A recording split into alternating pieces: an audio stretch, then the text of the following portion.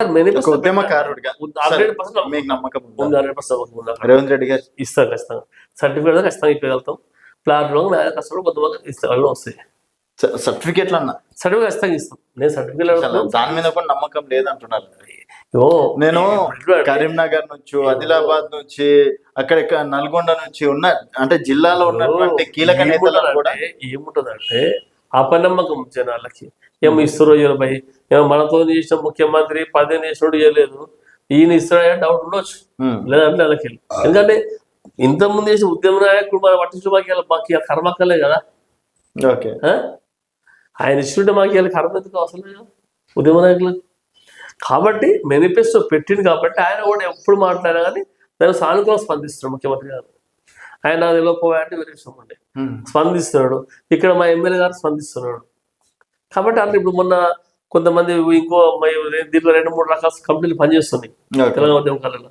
మొన్న ఒక సంఘం వేసి అక్కడ మన మంచిరెడ్డి మన ఇబ్రాహీంపట్నం ఎమ్మెల్యే వచ్చారు, ఆయన కూడా సానుకూల స్పందించారు ఎమ్మెల్యే గారు, ఇబ్రాహీంపట్నం ఎమ్మెల్యే కూడా. అందరు ఎమ్మెల్యే ఆయన స్పందిస్తున్నాడు.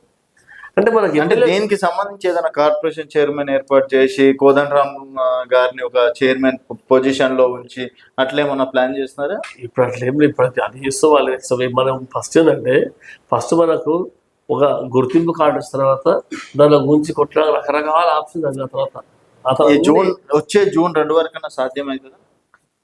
కావాలనుకుంటున్నాము, దానికి భీమని ప్రయత్నం కాబట్టి అయితే కావాలి. ఒకవేళ మీరు కాంగ్రెస్ పార్టీలోనే ఉన్నారు కదా, ఉద్యమకారులకు ఈసారి అయినా సరే న్యాయం జరగకపోతే?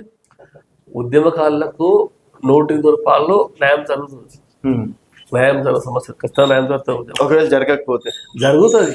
నేనేమంటున్నా, జరగకపోతే జరుగుతుంది, జరగాలని సమస్యలు. జరగకపోతే మళ్ళీ ఇదే కాంగ్రెస్ పార్టీలో అయినా సరే మీరు ఫైట్ చేయడానికి సిద్ధమా? మేము ఖచ్చితంగా ఫైట్ చేస్తాం ఉద్యమకారుల పక్షాన.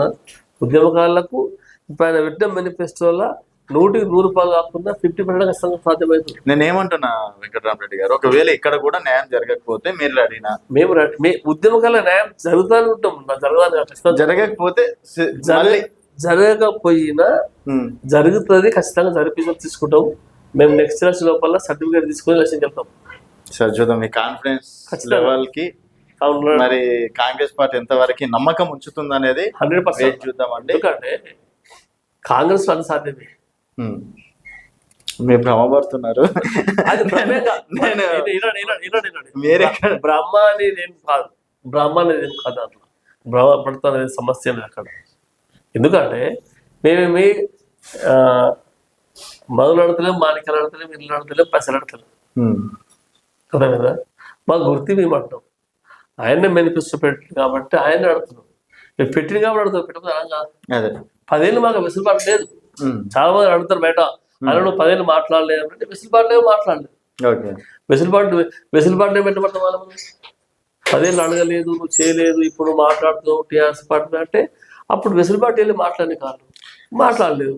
సరే వెంకటరామరెడ్డి గారు, త్వరగా అంటే నాకు తెలిసి త్వరలో దీనిపైన ఏదో ఒక నిర్ణయం తీసుకో. ఖచ్చితంగా నిర్ణయం ఒకటి వస్తుంది, అలా నడుస్తుంది.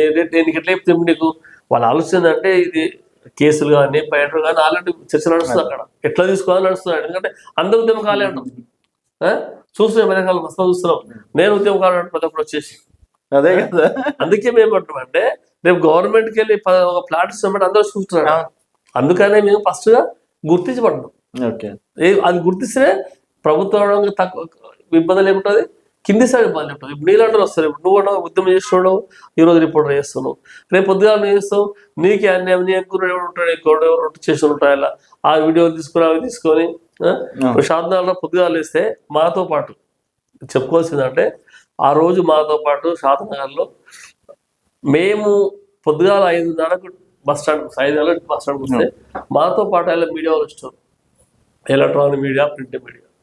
షాద్నగర్ అనేది పొద్దుగాల ఫస్ట్ డెబ్యూట్లో వస్తుండే టీవీలో, అవన్నీ ఆంధ్ర వాళ్ళు పెత్తనం అన్ని. ఈ రోజు మాతో పాటు వాళ్ళు కూడా ఉద్యమకారులే,